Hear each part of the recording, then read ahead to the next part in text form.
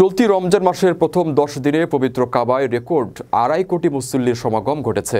এর আগে কোনো বছর রমজান মাসের প্রথম 10 দিনে কাবায় এত মুসল্লির আগমন ঘটেনি। কাবা ও মসজিদে নববীর তত্ত্বাবধানে নিয়োজিত সৌদি সরকারি সংস্থা শুক্রবার এক বিবৃতিতে এ তথ্য জানিয়েছে।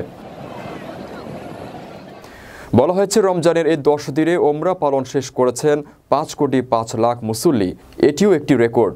রমজান মাসে এমনিতেই সৌদিতে ওমরা যাত্রীদের ভিড় বেশি থাকে। তবে বিগত বছরগুলোর তুলনায় চলতি বছরের রমজানে মুসল্লিদের ভিড় অনেক বেশি বলে জানিয়েছে কর্তৃপক্ষ।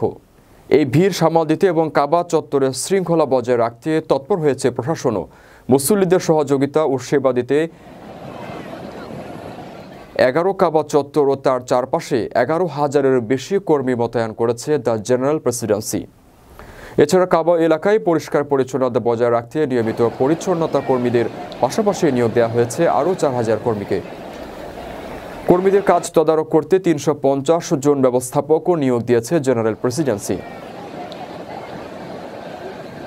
রেমিটেন্স যোদ্ধাদের ঢাকায় বিশেষ ছাড়ে রেডি ফ্ল্যাট দিচ্ছে শতভাগ বিশ্বস্ত ও নির্ভরযোগ্য প্রতিষ্ঠান প্রবাসীর সিটি।